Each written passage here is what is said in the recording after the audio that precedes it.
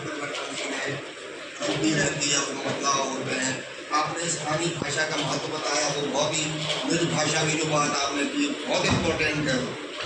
लेकिन इस विषय को समझने के बाद जब हम निज भाषा की बात करेंगे तो निज भाषा का इस्तेमाल हम कक्षा के भाषाई वातावरण को बेहतर बनाने के लिए कैसे कर सकते हैं, तो एक प्रक्रिया में समझ में आई।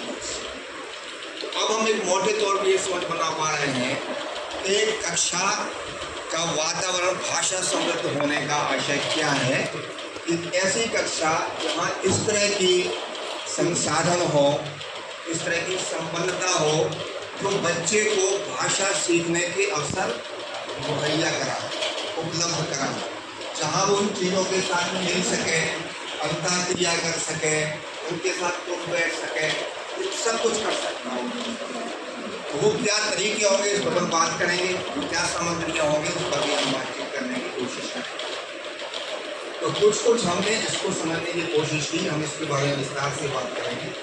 अब दूसरा जो सवाल है वो है कि ये क्यों महत्वपूर्ण है। आपने कई लोगों ने महत्व बताया है उसका, लेकिन इसमें एक बार अगर और आप बता सकते हैं और इसके बारे में सोचिए कि जब आपने भाषा की पढ़ाई करी थी, जब आपने हिंदी पढ़ना सीखा था तो कैसे सीखा था, और अब हम इस तरह की भाषा सीखने के तरीकों की बात कर रहे हैं, उस दृष्टि से एक अच्छा माहौल कक्षा में भाषा के है। इस तरह आप कोई अपनी राय रख सकते हैं तो स्वागत है आपका।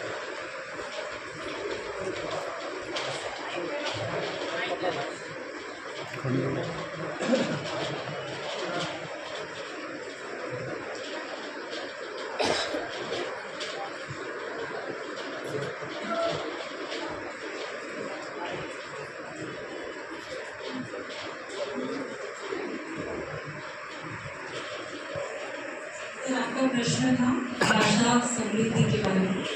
भाषा समृद्धि का सीधा तात्पर्य अगर मैं सरल शब्दों में कहूँ तो मुझे लगता है समृद्धि अर्थात उस विषय के प्रति, भाषा के प्रति प्रेम होना, प्रेम जागृत करना। क्योंकि जब हम प्रेम किसी से करते हैं, किसी चीज़ से, चाहे वो भाषा ही क्यों ना हो, तो हम उससे पूरी तरीके से समझने के लिए या उसको ग्रहण करने के लिए तैयार होते हैं। बिना प्रेम के हम किसी चीज को ग्रहण नहीं। कमला, कानपुर, कलम की तरीके के दूसरे शब्दों पर हम प्रयोग करते हैं, सोचते हैं, सोचने की क्षमता बढ़ती है, थोड़ी रचनात्मक कला कौशल भी आती है। और जब ये सब में भी मन हो जाता है उनका, तो कोई टॉपिक क्लास में लिख देते हैं, सब अपने अपने हिसाब से चित्र बनाते हैं। फिर उस चित्र को हम तक पलटते हैं कि आपस में एक ग्रुप वाले दूसरे ग्रुप को चित्र देते हैं, फिर सारे लोग मिल के उसमें कहानी बनाते हैं। ऐसी एक्टिविटी अक्सर करवाती है। सर यही करते हैं स्टार्टिंग में।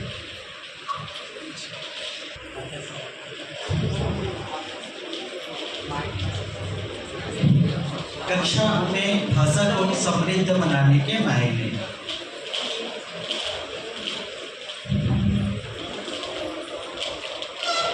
आप सभी को नमस्कार।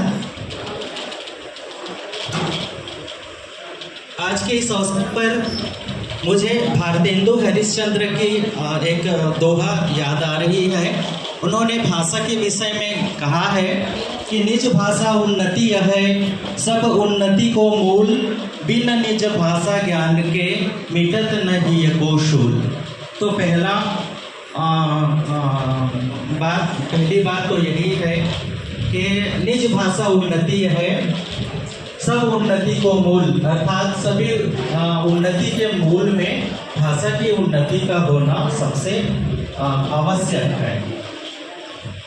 और बिना निज भाषा ज्ञान के मिटत नहीं को शूल, अर्थात मनुष्य के मन की शूल, उसकी पीड़ा जो है वो भाषा के अभाव में नहीं मिट सकती है। इसी बात